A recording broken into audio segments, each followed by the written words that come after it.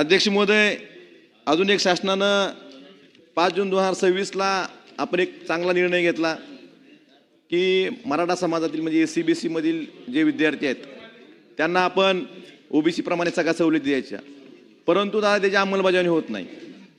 अंमलबजावणी कशी होत नाही तर जे सगळे विद्यापीठ आहेत, महाविद्यालय आहेत, शैक्षणिक संस्था आहेत, ते आताही आजही खुल्या प्रवर्गाप्रमाणेच SC-BCच्या विद्यार्थ्यांची फीस वसूल करतात.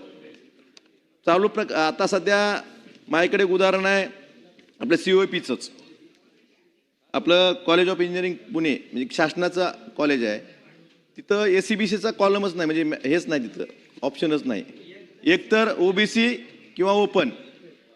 आता उदाहरण द्यायचं झालं तर कॉलेज गव्हर्नमेंट कॉलेज इंजिनिअरिंगचं MTechचं फी स्ट्रक्चर बघितलं तर OBC प्रवर्गासाठी 1,01,790 रुपये फीस त्यांनी आकारलेली आहे आणि तीच SC-BCचा उल्लेख नसल्यामुळं SC-BCच्या विद्यार्थ्यांना ओपन प्रवर्गाप्रमाणेच म्हणजे पूर्ण फीस 3,07,790 रुपये ही स्ट्रक्चर तुम्हाला हे देतो, फी स्ट्रक्चर देतो दादा, माझ्याकडे आहे.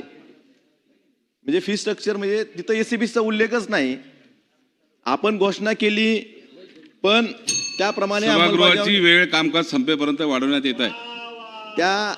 आपण घोषणा केली पण त्याची अंमलबजावणी होते का नाही हे सुद्धा आपण बघणं गरजेचं आहे. जर एखाद्या आपल्या शासकीय कॉलेजमध्ये जर असं असेल तर खाजगी कॉलेज तर लूटच करणार. त्यामुळं मी आपल्याला दादा अध्यक्षामार्फत ते पोचवतोही आपल्याला फी स्ट्रक्चरचं दिलेलं, कारण 5 जून 26चा जो शासन निर्णय झालेला आहे याची अंमलबजावणी झाली पाहिजे. ही गोष्ट फक्त शासन निर्णयापर्यंत मर्यादित राहिली नाही पाहिजे. तर त्यासाठी आपण त्वरित सूचना द्याव्या संबंधित विभागाला. कुठेजी आणि आपसात बोलू नका, सर्व मिळून डिस्टर्ब होतं बोलणाऱ्याला. प्लीज आपसात बोलू नका, विनंती आहे. ते डिस्टर्ब करलेत मला दादा. तर विकास ठाकरेजी बोला, त्यांना डिस्टर्ब करायचं. बोला बोला, कैलास पाटील साहेब बोला. मला नाही, अध्यक्षांना डिस्टर्ब व्हायला.